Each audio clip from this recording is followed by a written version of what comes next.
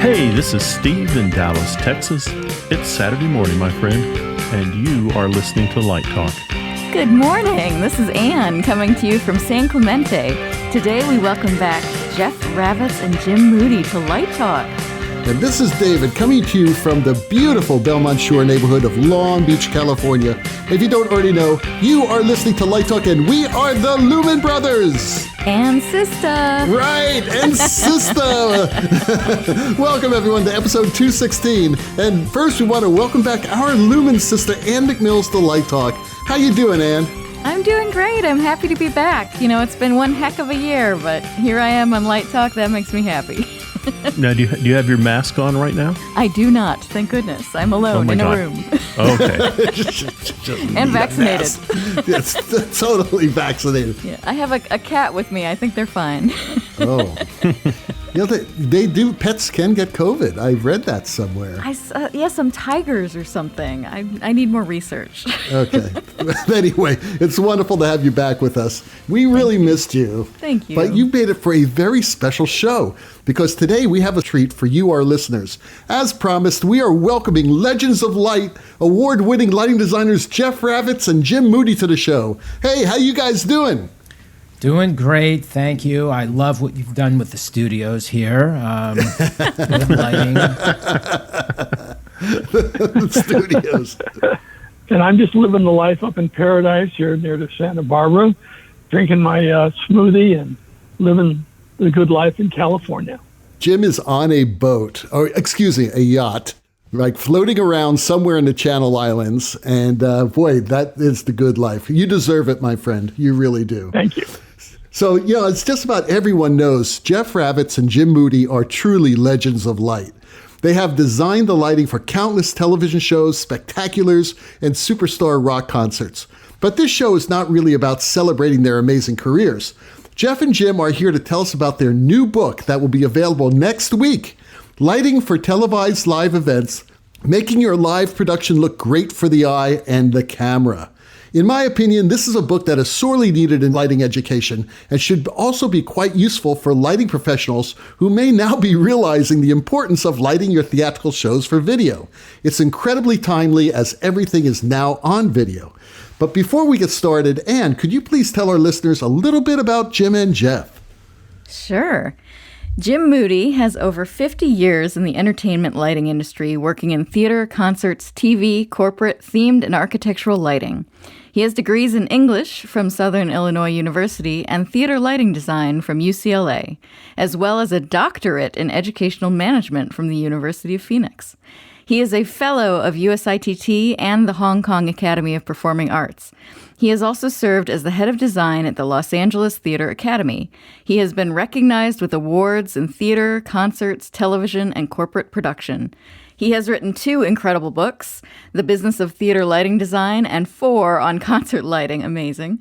He has published over 50 articles in trade magazines, and this new book will be his 7th and is a collaboration with Jeff Ravitz. Oh, you're my hero. Jim and Jeff go back almost 30 years and had partnered in 2 design firms, Moody, Ravitz, and Hollingsworth, and Visual Terrain.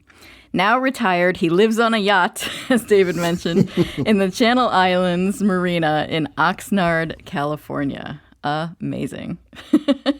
And secondly, we have Jeff Ravitz, who is an Emmy Award-winning lighting designer, lecturer, and writer specializing in live entertainment being captured for multi-camera television. He is best known for his work with Bruce Springsteen. Jeff has designed concert tours as well as numerous TV specials for music, comedy, political debates, celebrity interviews, and extravaganzas, as well as game shows, talk shows, and specialty scenes for feature films. Jeff has also been the broadcast lighting advisor to several music festivals. He provides his services through his design firm, Intensity Advisors, and has twice been named Lighting Designer of the Year. Woo! Wow, Welcome, I like guys. that name. Yeah. It's incredible. Intensity Advisors. I need an Intensity Advisor. Anyway, thanks, Ann, for those great bios. So just to give you a little background, the Lumen family read the book this past week. And I must say that not only does Jim and Jeff cover just about everything you need to know about preparing a show for the camera, they explain these highly technical concepts in an easy-to-understand conversational style. The book is filled with beautiful color photos, graphics, charts. There's some terrific advice on using follow spots, moving lights, and LED panels in a video environment, great chapters on contrast and color, dealing with multiple camera and lighting angles, and so much more. But enough of my comments, let's talk to the masters. So let's get started, Jim. You've written extensively about concert lighting and production. Where did the idea of this book come from? Actually, it came from my wife. I was looking around for another project after the last concert book. And she was the one that came up with it. She said, well, why don't you talk to Jeff about co-authoring a book together? And I thought, terrific idea. And maybe he'll be stupid enough to agree, not knowing what it takes to write a book like this. We'll have to ask him how he survived the 2 years of it. But Jeff actually came up with more of the idea of doing it about the large screen video magnification than I did. Yeah, well, look, it was a great collaboration. Of course, I respect Jim and all the writing that he's done over the years, so I was humbled by the offer and thought, where do you begin? But Jim kind of tutored me through the process, and it worked out great. It ended up being a labor of love. Well, let's jump on that word process.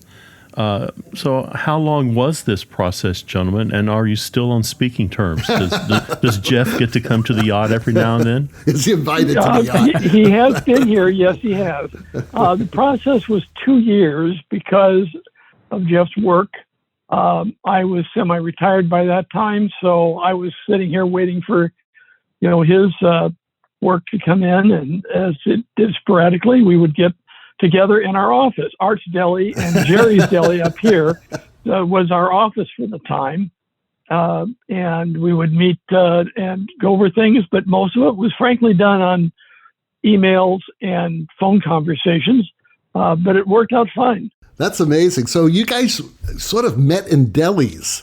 So there's just two delis, right? Yeah. It's the only place where we could really get privacy and pickles.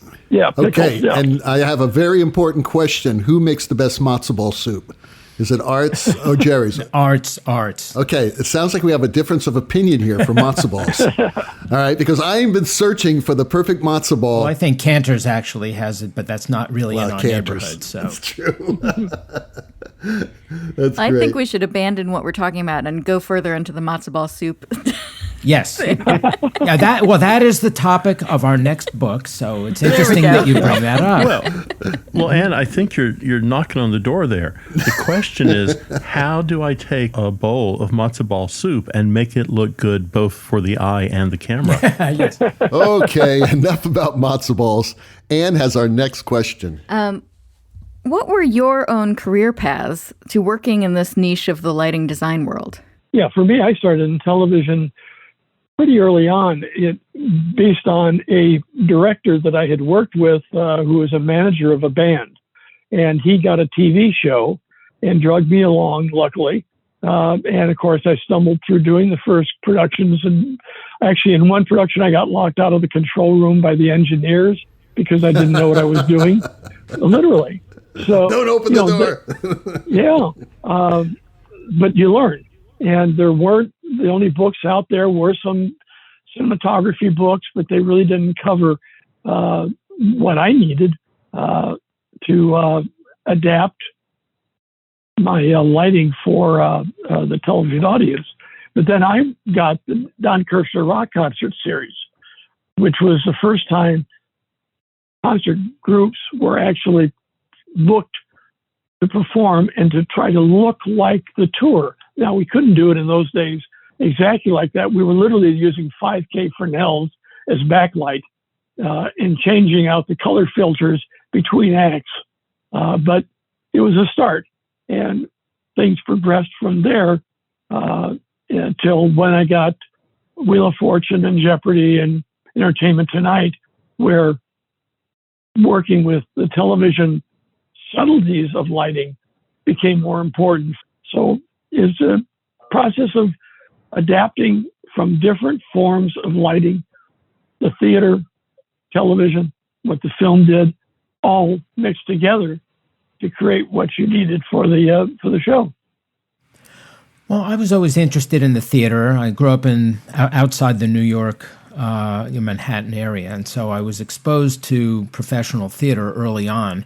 And when I went to school, I got extremely interested in lighting, and I decided to specialize in that. But right after I got out of school, it was the world of concert lighting was really just beginning to be seen, and concert production. It was just starting to go from the most basic to a little hint of what we have today and growing from there. So I was in the right place at the right time.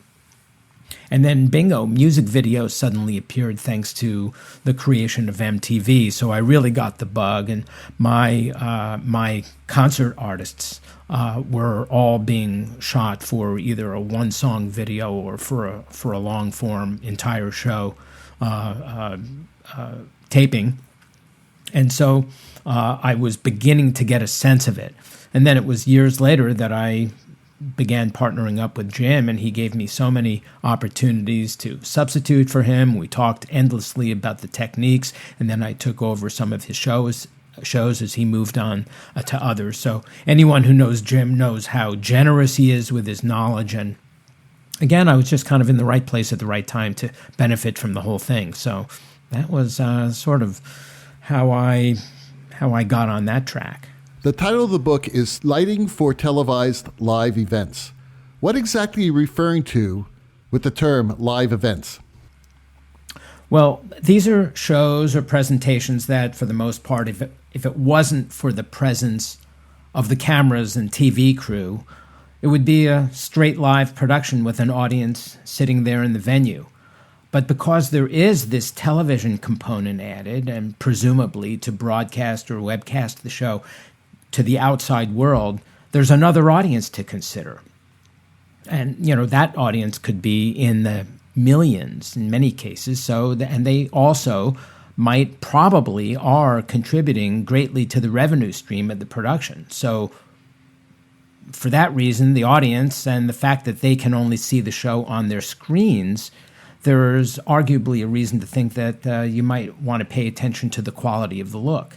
So that's really what televised live events is all about. And we include concerts, stand-up comedy, debates, corporate shows, plays, dance and opera, and those are all live shows that are just often shot to be seen and enjoyed by the wide or outside audience.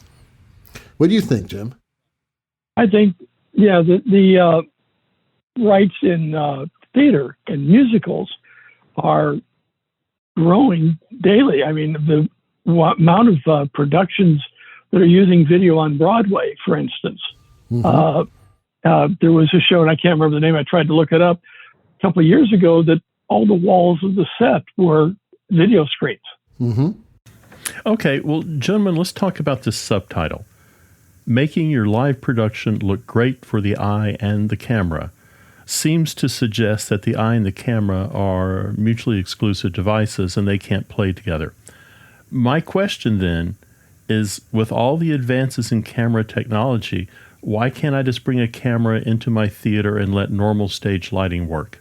Well, look, I mean, they can coexist, and that's kind of the premise of the book. Everything that we write about contends that a show that's being tailored for the camera can be designed in a way that works well and has all the dynamics of a show that might not have been designed for TV. The cameras can capture most of what's being lit by the non-TV stage lighting techniques. So, why do you have to change anything? Well, it's not just about the exposure, because the cameras can get the exposure, and most shows will have enough light in most of the time so that the camera can properly see. But it's about the aesthetics, and it's about the angles, and it's about kind of remembering that most of the audience is going to be more or less in the front row, nose to nose with the performers by virtue of the close-up shot. And those close-up shots can look a little unflattering if you don't think of a few techniques of angle and balance and color and so forth. It's about that frame of reference that the viewing audience has. So that's kind of it. Yes, you can capture the show just as well with absolutely no adjustment. But there are just a few things, if you just make a few tweaks and a few adjustments, you can make something that looks good for the camera, and I think it also retains the dynamics for the live audience. Well, I liked a little bit in the book, where it says multiple shadows are not your friend, and a backlight can fix just about everything. Yeah, that's pretty much it. Yeah, it's true. What we think of in theater as the canvas look for a theater production doesn't necessarily read well when you're trying to record it. So, as Jeff has very well pointed out in some of those chapters, the dynamics of where you light from, what angles you use, actually expand when we're doing it for video and recording, that make the show look even better than what it would be. Well, it's interesting because, that old mantra, up and out at 45, and that's one of the things that you talk about in the book. Maybe that 45-degree angle is not the best angle for the camera. Right. And, there's an exception to every rule as well. Sometimes you want that dramatic look. Maybe you want that downlight where, there's drastic shadow. And that's okay. I mean, I think our sensibility has evolved over the years, and I think that can be acceptable. But for the most part, those are effects. And as I say, just sometimes the slightest adjustment can make all the difference in how somebody looks, without losing the drama. Right. Yeah, and I must say that throughout the book, there are these little adjustments that you talk about in order to make this work. A big part of it is color. A big part of it, like you said, is angle. Also contrast and ratios and brightness. It's all very clear the way you explain it in the book, which is really quite wonderful. Okay, so this next question, I'm going to ask it sort of like we ask on Passover during the Jewish holiday of Passover. And that is, what makes this book different from every other book about cinematography, TV, on-studio lighting, or lighting for the theater? What makes this book special? There are so many books, as you say, written about cinematography and videography and episodic TV and three-point interview lighting. But this covers this really niche market, this very specialized world of live presentations that are being attended by a live audience. They're watching a live show, but it just happens to also be broadcast or webcast or streaming, whatever it might be. And then we know there's something different about a live show, and just the fact that it may have hundreds of cues. It's unlike any standard television show or film. And so it just needs to have a completely different approach. And that's kind of what we're talking about. It's got to work technically for the camera, but it's also got to work aesthetically. So that's why I think that sets this book apart from your standard cinematography or TV lighting textbook. Well, I have to agree with that. Or Jim, do you have a response to that? Well, to me, it's the difference between cuts in a movie and cues in theater. With a film, I can go in there and do one sentence with an actor and then stop, completely relight it, take it from a little bit different angle or a two-shot or reverse, and roll film again for a short time. Or videography, by the way. I mean, film is almost, I hate to say it because I'll get shot, but film is almost dead because the cameras are so sensitive now. If you delve into some of the manufacturers that are out there, like the Red Camera and the others, that their depth of field and the dynamic range is so great that we're really pushing the film people a lot. And a lot of the film people are now marketing video cameras. So that'll tell you something. But I think it comes down to the difference between what we do with a board and cues and what a film person does with a set of flags and fixtures on rolling stands and all of that sort of thing. Makes it a lot different. The other thing to bear in mind is that a multi-camera production sees things from angles that even the audience doesn't see, and the camera is picking this up. But this is an advantage to the home viewer. They're seeing things that the live audience isn't able to see. If it's a concert, maybe they're seeing around the back of a piano and seeing the fingers on the keyboard. But if it's a play, they might just be seeing a shot from the wings and seeing what's happening from that point of view, depending on how the director decides to shoot it. And so there are so many more things to be thinking about than the theatrical designer might have thought about. So once again, what our book is trying to do is remind the designers that there is so much more to this than meets the eye from a sort of a front of house point of view. So who is the ideal audience for this book?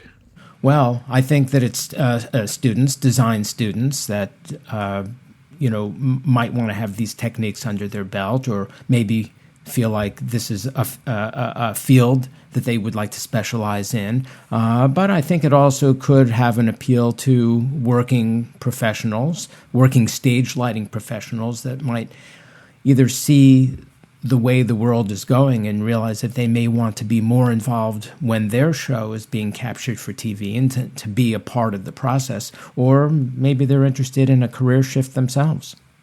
What do you think, Jim? I think it also goes to graduate students and professionals. I mean, on the concert lighting books, as it started out about rock and roll and concerts, but as the 4 volumes grew, we got into how these techniques are used in every type of venue you can think of to solve problems. I mean, let's face it, we're problem solvers before we're artists. We've got to solve the problem of being able to see the talent or whatever the product is that's being shot. So these techniques might not be your primary concern, but as we know in any production meeting, I need to know a little bit about costumes, fabric. I need to know a little bit about makeup. I need to know a little bit about virtually every area of my production so I can talk intelligently or deal intelligently with the production when we go to work on it. And knowing about this production of screens and projection surfaces, for instance, is part of that. You got to, even if you're not being put in charge of it as the lighting director, to acquire this material, you better know what the material is going to do. Well, I have to ask my super geeky question. Because I needed this book a year ago because I just went through how many productions at school pretending I knew what I was doing, right? And you should have called us. You should have called us. I should have. What was I thinking? Yeah, there's so much to learn. But on page 29 of the book, you mentioned a target foot candle level, which I assume is taken by a light meter in a queue, and it's very low compared to what we have in theater. So my curiosity stems from when you design the plot. Like when I design a theater plot, I try to make every fixture photometrically at 200 foot candles about on the stage at full intensity. Do you still design the plot the same, or do you know that you're going to be at these lower levels, and so you design it photometrically with lower levels? Well, I don't use a meter anymore. I did, in my early years, but I figured if I haven't got an eye for this stuff by now, then something's wrong. I eat my carrots, I keep my eyes good, and but a very trained eye is important, and you need to practice that. Plus, a lot of knowledge on what the output of your different fixtures. So it's the old thing about if you have an overhead light you want to use, and you know that you don't want it to be very bright, you don't use a 2K fixture. You're going to use a 750 or a 500 watt so that you're not going a color shift in the fixture. Well, it's the same thing with this. You're going to have to look at the areas that you're trying to light and balance the lighting for that. So trying to get to 200 foot candles on a stage is right or wrong. I mean, I just did a play at 90 foot candles with all projection screens, and it was more than bright enough. I didn't need to go that bright. So I think it really goes to the production you're doing. Well, it's really kind of different for every sort of presentation, kind of based on the genre of the show. But a lot of it has to do with logistical things like the size of the venue and other factors. If you're designing a show that's being shot in a stadium, and I do a fair amount of those, you can't necessarily indulge in those really low levels that you might want to, because people further away just won't see the show. And the same thing in an arena. And, even though there are certain shows like a Super Bowl halftime, they're so specific about those 12 minutes of show time, and it's seen by billions of people. And, it's such a high profile presentation that they can justify levels that might be too low for the live audience. But every show can't get away with that. So to kind of answer your question, when I'm designing a show, I kind of, just as Jim was saying, I pick fixtures that can accommodate the levels that are appropriate for that show and for that venue and the size of it. If you have to light an audience and say room architectural elements that can be part of a TV special, then if you're starting off with lower levels on the talent, that means you can give the audience a break and not have to light them so brightly and all the other elements, because the cameras open up wide and they're capable of seeing things quite nicely. So it's more about the relative foot candle levels, one light versus another, than it is whether you have high levels or low levels. But I'd say, given a choice, we usually prefer these days to go for the lowest levels. There are all kinds of advantages to lighting at lower levels. Could be as low as 8 foot candles on the audience, and then maybe 15 or 20 on the primary talent, and maybe even a little bit lower on the background talent and on the scenery. But, it can go up to 75 foot candles on a performer in a stadium just because you need to do that. And then, of course, the video screens are often what drives up overall levels, because they sometimes just can't be set low enough without degrading their quality. And so the whole show has to kind of kowtow to the levels of the video screen so that the video doesn't blow out on camera. It's interesting because I remember many years ago, I went to see a taping of The Tonight Show, Jay Leno, and that was shot in high def at the time. And I was in the studio audience, and I couldn't believe how low the lighting levels were on stage in the studio. But on camera looked fantastic. And I think that's some of the best training you can get from just sitting there and comparing what's happening on the soundstage and seeing the monitor above you and how great it looks. That's the education right there. Exactly. Yeah. So I just recommend that to all the students out there learning, especially if you're close to, a major metropolitan area like New York, LA, or whatever. Go and check out some of these shows. Become a studio audience member, because you will learn so much about that. And the chips in these cameras are so sensitive. When you said 9 foot candles, and I think you said that in the book. I think you said something like 3 or 4 at one point. It's like, wow, this is like unbelievable. But Jim, you do have to also prepare for wide dynamic range there. But true, there's 2 things here. One of the reasons on the talk shows, by the way, is because the talent doesn't want to be lit hot and sweat. Right. It's a real issue. Makes sense, yeah. The light levels are kept low for the comfort of the talent that's on the show. Secondly, you have to consider that the cameramen have to focus. And when you're at a low light level, staying in focus is harder for them. They have to be good. So these cameramen that are doing these talk shows shouldn't be put down. They're doing their best to keep a show looking good, rather than what they might have to do with a high-end production that has a light level that makes it easier for them to focus. But yeah, that's interesting that they have to do that. Yeah, I mean, like somebody like Bruce Springsteen, just because I know his performance so well, and he's so active on stage, you can't light his show at the lowest levels that you might want for most of the show, because he's just moving around too much. The cameras just can't hold focus. So there's this old adage, the camera needs a lot of light. Is that because of the technology, how it used to be? Yeah, used to be. Okay. Yeah. I mean, the cameras these days can really get away with very, very low levels, and it's entirely possible for them to, produce beautiful pictures. Sometimes even better. I mean, they say that you want to find a sweet spot to look the best.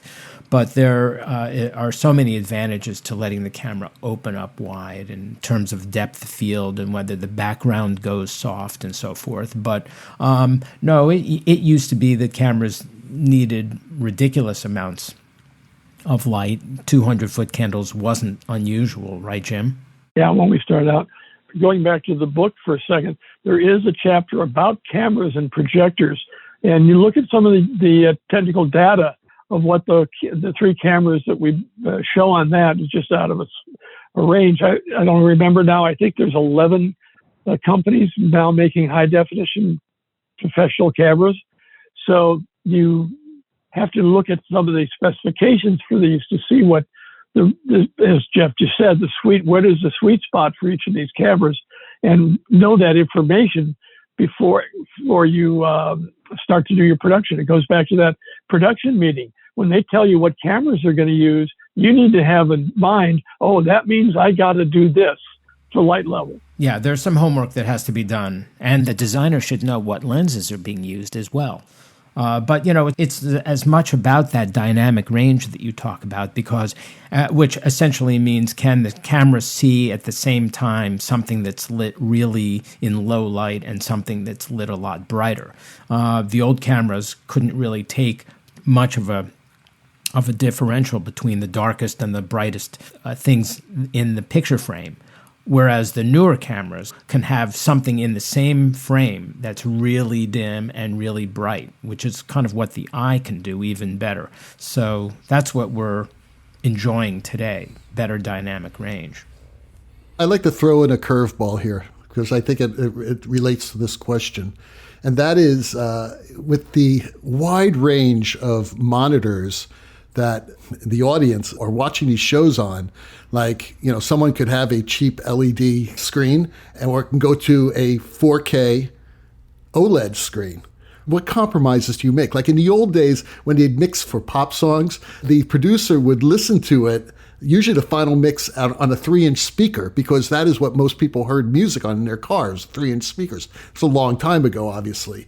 But still, there needs to be a compromise made to what the dynamic range is going to be. Because, like, for instance, there was one episode of Game of Thrones. The entire episode was a battle scene that took place at night and shot at night. And a lot of people complained because they couldn't see it on their screens. I do think that to a certain extent, reality dictates that we do need to be thinking of the viewer that's watching on something that, some of those monitors themselves can cost $20,000. The ones that are in the studio. Yeah, that you guys use. And right. Actually, the video controller gets a great one, and usually the lighting designer gets a great one as well. So I'm looking at this, very advanced picture that on a monitor that has a wide contrast ratio. And then I see the director is actually looking at something on like a plasma, something akin to a plasma, because the director is really just kind of looking at it as a reference, what's in the shot. And sometimes theirs is so much brighter than ours, and you have to find something in between, because you realize when you're looking at it on the director's monitor, that is perhaps what everybody out there in the world is seeing. So it's not perfect. If everybody had a $20,000 TV set, then maybe we could indulge in that. But you're absolutely right. And I do remember the first time I was in a recording studio and they switched from the massive refrigerator-sized speakers to the tiny ones. Right, the 3-inch car speaker. What is that all about? And they explained it just like you did. Yeah. I got in trouble on a production where the director turned around to the producer and me in the booth and said, "I can't see the audience." And I looked at the producer and he looked at me and I looked at the video controller, and he's got his thumbs up saying, basically saying it's okay, but the director's monitor wasn't that good. So what are we supposed to do? Stop a live show, and relight? So and like Bill Klages, who is one of the the other fathers of TV lighting. His famous phrase is, the most important piece of equipment in the entire show is the producer's monitor. You want that thing calibrated correctly so that they're seeing it as good as possible. Let me ask you guys a question. Why do you think there's a natural resistance, I mean, particularly among theater designers, to this idea of applying television lighting techniques to their productions? Good, more work for us. Well, the reason I bring that up is I remember years ago someone talking about the evolution of the Parcan, and it was going to be an important theatrical piece of equipment. And you would have thought it was a scene from Frankenstein. The audience was like, "What do you mean, Parcans? They have no place in ballet. They have no place in opera." And we know that's bumpkus. Well, there's this assumption that the TV crew is going to come in and completely wash away all the beauty and the dynamics with like a big fire hose wash of white light everywhere. And it's not necessary anymore for a couple of reasons. The cameras don't need that. And I think also, as I alluded to earlier, I think our aesthetic sensibility has evolved to accept some things that might not have been acceptable years ago. I absolutely remember as a young designer working on concert tours that were being filmed, on film, and the team would come in and they'd sort of brush me aside, tell me to go sit over there while they relit my show, and that is what they did. This team had just come from doing a margarine commercial or something like that, and this is the way they operated. And these days, we don't really care about that. We are looking to translate the live show to the screen. And sometimes that allows for certain compromises, and it allows for some imperfections, and it allows for effects and things like that. So there is a natural resistance, I think, because of that assumption that we're going to come in and totally screw with their show. Dark scenes will become bright, colored scenes will become white, et cetera, et cetera. And I think the aesthetic and the skills that today's television lighting designers have goes way beyond that, and I think people can calm down knowing that we want to translate that show accurately. I think that's why you see Jeff working on so many of these big festivals as a consultant, because he has that sensibility of knowing what it is like to light for a major star in a concert situation, and yet do it so that they have this residual audience that makes the producers a hell of a lot of money, after the festival is over, or live stream while the festival is on, right, Jeff? Yeah, I think so. It sometimes only takes a little tweak to change an angle a little, or a level of intensity, or a degree of saturation, or maybe a little bit of light on the background to make it a viable shot. In rock and roll in particular, there are so many cues where 45 Sharpies all converge on the singer center stage. And it's an impossible shot. It's an effect, but it's almost an impossible shot. Sometimes you can kind of mess with that a little bit, change the intensity, maybe have one of the lights actually hit the performer and all the others be around him, anything like that. There are just a myriad of tricks that we have in order to make the show look like it's supposed to look without killing the cameras. And then the people at home actually get to see the effect somewhat the way the people in the live audience see it. Well, I have a question about, from an author standpoint, co-authoring a book. You talked a little bit about your process, meeting in the delis. I love that. But how do you divide up the work or share the work? I've always been curious because I haven't co-authored, like how people do it. First of all, I think you have to have a sense of that the two people have a same sense of what you're trying to do, that they're not going in different directions. Once you've got sort of an agreement as to where you're going with the project, then it all falls into place. Basically, we sat down and each of us came up with a list of chapters, and then we melded those together. We added, we took away. I think we lost like 3 chapters, wasn't it, Jeff, that we threw out in the end after we'd written them? Yeah, and we changed the order a lot. Oh, yeah, a lot of changing of the order so that it flowed better. So finding a co-author is really something that's not that easy, but as long as you can get that sense of how you're going to work together and dole out the work, if you will, so that each partner gets to have their say back and forth, that it's not, no man is an island that just, write something and that it's only going to be read the way they want it to read. You've got a good partnership, that's all. It's just like in business. When Jeff and I were partners in a business, it was the same thing. We came into the book knowing how each of us worked, having been together for those years of having the business. Yeah, how do you handle the writing? How do you get it to be one voice? Yeah, that's a good question. We definitely benefited from our years of collaborating, and I've read everything Jim has ever written, so I pretty much know his style.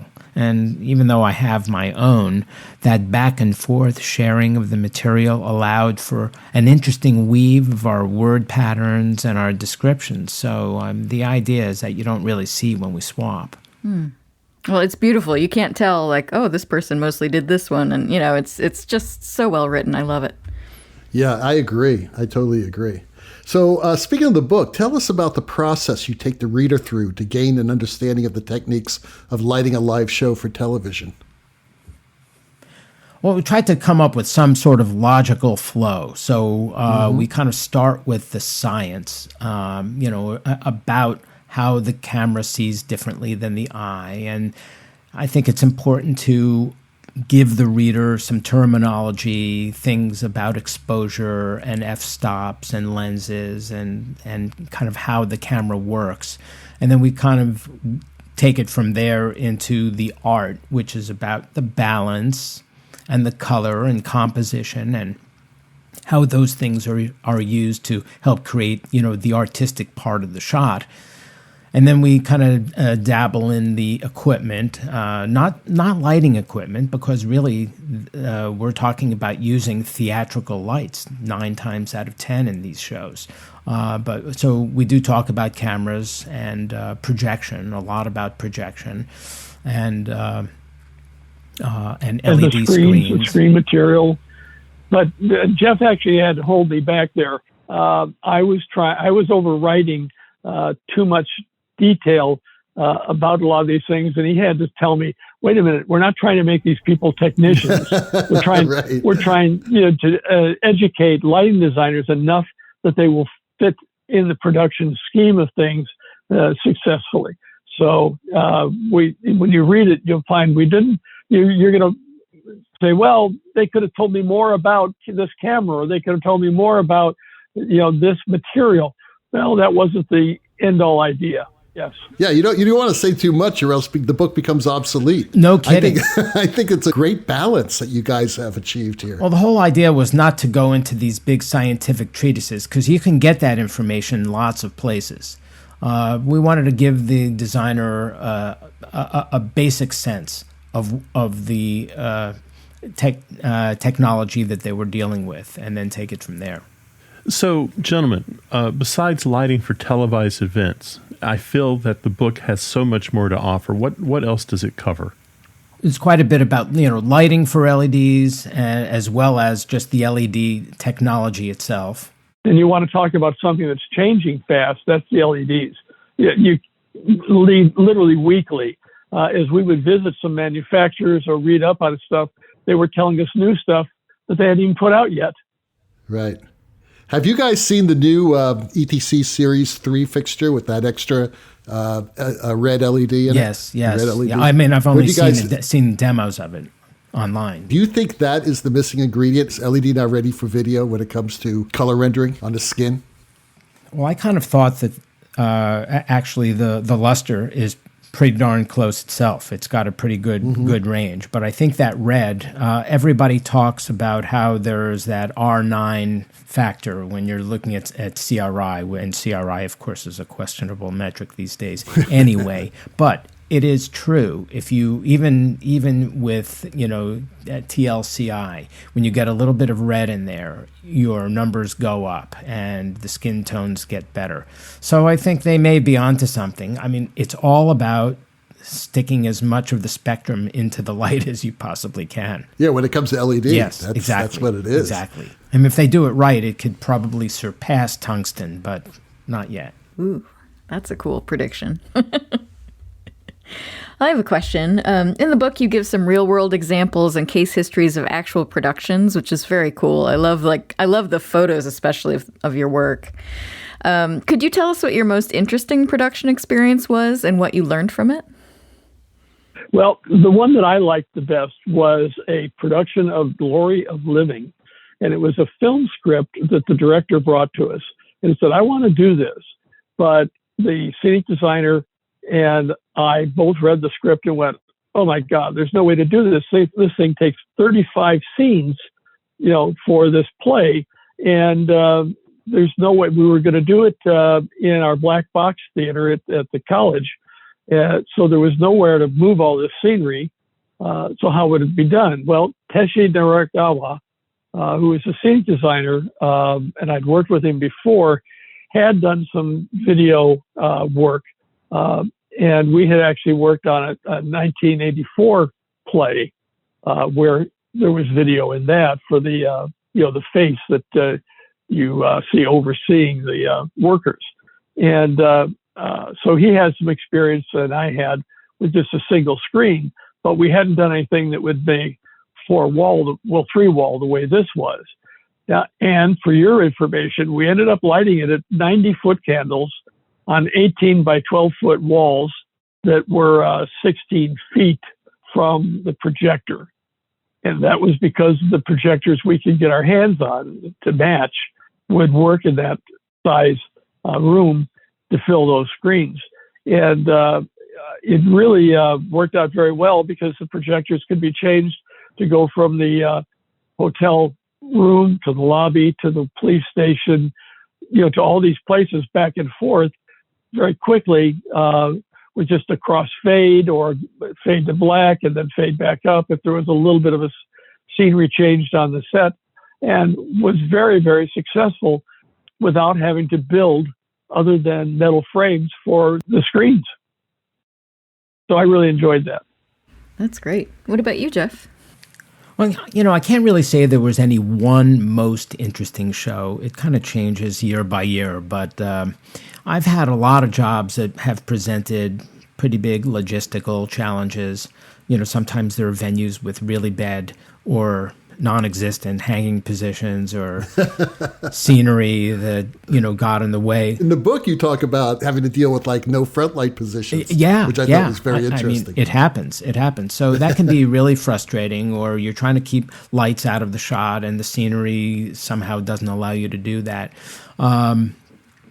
But one of the most difficult shooting environments is where you don't have enough depth behind the talent to keep all the light from spilling on the backgrounds, and that seems to happen to me on a regular basis.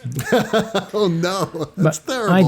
I did a comedy special a few years ago that had a gigantic wall of scenery fairly close to where the comedian was going to be working, and fortunately I was able to push it back just enough so that the front spots wouldn't spill all over it. But as it happens a lot, the producers and set designer fell in love with the idea of having a glossy floor. Oh, no. Oh, no. That's almost worse because it's upside down. That's right. And so, and this was despite my warnings, they just wanted it. So, of course, the front follow spot was reflecting off the floor right onto the comedian's upside down shadow. We're now right behind him. So, of course, everyone looked at me to say, what am I going to do about it? Luma sucked. Right, exactly. So, and I have this sort of preference for one clean follow spot from the center. It just kind of keeps the shadows right for a multi-camera show. Good shadows on the face and on the body, and then just one kind of ring of light on the floor. But that was the one that was creating the reflection. So I really had no choice but to use two wider front follow spots instead, and created some compromises that I didn't like. Everybody thought that it was a brilliant solution, and loved the way the show looked, and the show did look okay. But to me, it was a second best solution, and those things happen. I've got dozens of those stories. For our listeners, I just want to say that your section on dealing with follow spots and follow spot techniques and lamping and balancing is worth the price of the book by itself. Absolutely fabulous. Cool. I'm happy to hear you say that. Wheel of Fortune, we used to take it on the road. And the scenic artist was very good, but he also was very cantankerous and did what he wanted to do. He'd been around a long time, won a lot of Emmys, so nobody screwed with him. But we got along. It wasn't a problem. But we did one in Ohio, and he decided it was going to be a farm set. Okay, that's fine. Do an outline of a barn and do those kind of things. But what I didn't see, and certainly wasn't on any sketch reel I ever saw, was they brought studio tile green and laid it all on the stage. And of course, what happened? All the talent looked green because of the bounce off of the tile. Right. So I got the call, fix it. And I said, well, get rid of the tile. We couldn't do that. All right. So what do you do? Well, the answer actually was to put blue in a bunch of lights that were focused out on the floor. Mm-hmm. Change the color of the tile. But, that you're faced with things like that every day. And that's why we're problem solvers. Problem solvers, exactly. Yeah, exactly. we are. Yeah. Because anyway. Who would come up with that idea to light the floor to make the shadows different color? I mean, that's brilliant. I mean, or a really, person who's desperate. Yeah. That's fantastic. Okay, so I've got another question here. You've got two chapters in your book. One is called Adapting a Live Show, and the other is called Made for TV. Can you go into the difference there? That's basically about taking a show that might already have been completely designed as a live stage show with all the aesthetics and tricks that would go into that design, and then having it be scheduled for a shoot where every cue needs to be examined. Sometimes every light needs to just go up or down in intensity a little bit. Maybe you will avoid using certain lights that aren't going to be flattering on the talent, changing follow spot colors, doing all of those things that will, hopefully subtly tweak the show into working a lot better for the camera. Then you've got your shows that are made for TV, and that is a show that is designed from its inception as a television show, where the television designer is the show designer as well, and everything about the show is done from scratch with the camera in mind. So obviously adapting the live show, there's a challenge to doing that because so many things do require adjustment, and then the flip of that is the show that has to be designed correctly from the beginning, and there's no excuses. Do you have a preference? Well, ultimately, I would prefer the made-for-TV show, where I'm in charge of where everything goes and how it's used, as opposed to fixing up the live show. It can be done. I think I've kind of turned it into a subspecialty, but it's a lot harder. You are dealing with emotions of other people in a very different way than you are on that show that's made for TV. Everybody's kind of holding on and, kind of white-knuckling all the way through on an adapted show. What is this going to look like? Am I going to recognize the show? I've been through it. I've been on the receiving end of it. So I believe I can tell those clients and the lighting team, they will recognize and they will appreciate what's going on. But ultimately, you're dealing with their child, their baby. Jim, what do you think? I would only have to agree with Jeff. I haven't done as many of those as Jeff has done, especially the made for TV. But the emotions of the people that you're working with, the director, the talent. You really are a babysitter. You've got to try to make them understand that they're still going to have their show and it's going to be right. They just have to agree to a little bit of modifications. That's all. All right. Well, I have the last question. You are both highly regarded professional mentors. What is your advice for young lighting designers entering this side of the profession? Well, I think you have to be as versatile as possible. So we all come out of theater schools, basically, with an undergraduate degree, a BA in minor, maybe in theater or whatever.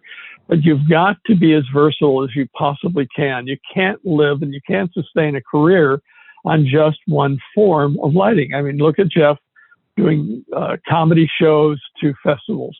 My work on Entertainment Tonight, to Wheel of Fortune, to Jeopardy, and other shows.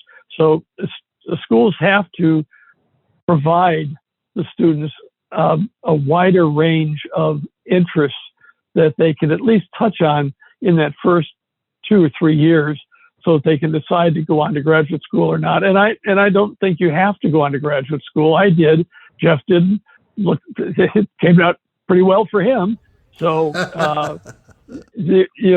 just be open to as much as you can, so that we were talking about, mentioned the Cucaloris to a pattern in a Lico.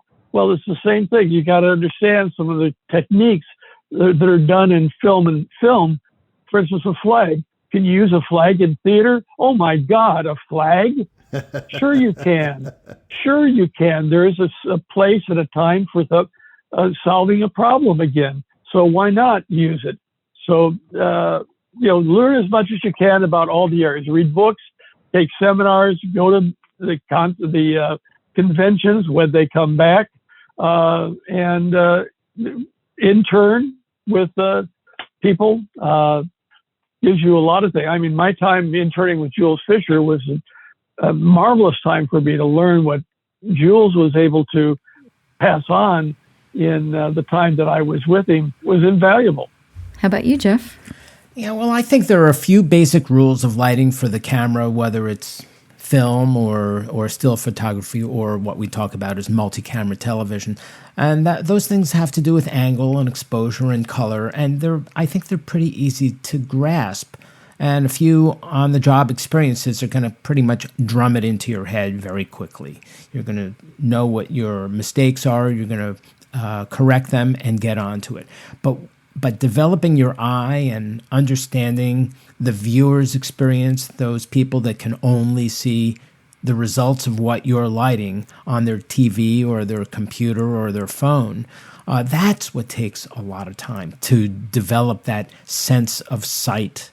And the sooner younger designers start developing their eye, the better. Really just observing. And just like any other part of industry, you have to find a way to get out there and work, whether it's part of the crew or as an assistant or working for free for somebody who needs help with their shoot, just to observe what happens on the screen when lighting conditions change, and just what David was talking about. When you look at the stage and then you look at the monitor and see what that discrepancy is. And if you can, just find a way to absorb that. And as Jim said, intern and learn from anyone who's willing to teach. Wow, some really wonderful and sage advice from two masters of lighting. Thank you guys for being here today. What a great conversation, but it only touches maybe 1/8 of the book. So I just want to wish you great success. Thank you so much. There's no doubt that this is going to happen, because I'm making the book required reading for all my lighting students, and I'm sure I'm talking for Ann and Steve as well. Fabulous. It's a book that just is timely, well written, and extremely interesting. So everyone, go out, buy this book. It's quite affordable at $39.95 on Amazon. My book is like $60, and it's not half as good as this one. So it's an absolute deal. And isn't there a special discount code for 20% off or something like that? I saw. Yeah. It's ESBACK, ESBACK. But that's a limited time, though, so you have to get into it. Okay, so yes, I think it's only like for another week or something like that. So what I'm going to do is I'm going to put a link on our Light Talk Facebook group, and so that when you buy the book, you'll get an extra 20% off. Super, super. And I want to thank Rutledge and Focal Press, who Focal Press is produced all my concert books. But I think Jeff will agree with me that they really went out of their way to give us as much help as they possibly could, and were always there to answer our questions and move us along to get this thing done. So we're really proud of what the outcome was, and proud of working with Rutledge and Focal Press. Yeah. And for all the lighting students out there and lighting educators and professional lighting designers, thank you very much, guys. Well, the rocking sounds of the Luminoids tells us that once again you spent another morning listening to Light Talk. You can hear our show on Spotify, iTunes, Google, YouTube, livedesignonline.com, and just added Amazon Prime. That's right, you can buy Jeff and Jim's book and listen to us at the same time. Check out our website on lighttalk.org for future guests, and be sure to follow us on Facebook and subscribe to our podcast. That way you will not miss a second of Light Talk insanity. You know, I feel that I should say something different, because I always say no guarantee is offered regarding the accuracy of any of these statements, but that's just not true today. But if you decide to litigate, the firm of Flecht, Flocht, Flair, and Glare and their paralegal Snoot will defend us until our retirement funds are depleted. Light Talk is written and produced by the Lumen Brothers and Sistah, coming to you from Long Beach, San Clemente, Studio City, the Channel Islands, and just off the Chisholm Trail. And tune in next week when we welcome legendary projection designer Wendell Harrington to Light Talk. Light Talk, broadcasting questionable Lumen knowledge and humor around the world. So thanks again to our friends Jim Moody and Jeff Ravitz, and we will see you all next Saturday morning. Bye-bye from Light Talk. Thanks, guys. Thanks, guys. Thanks, everyone.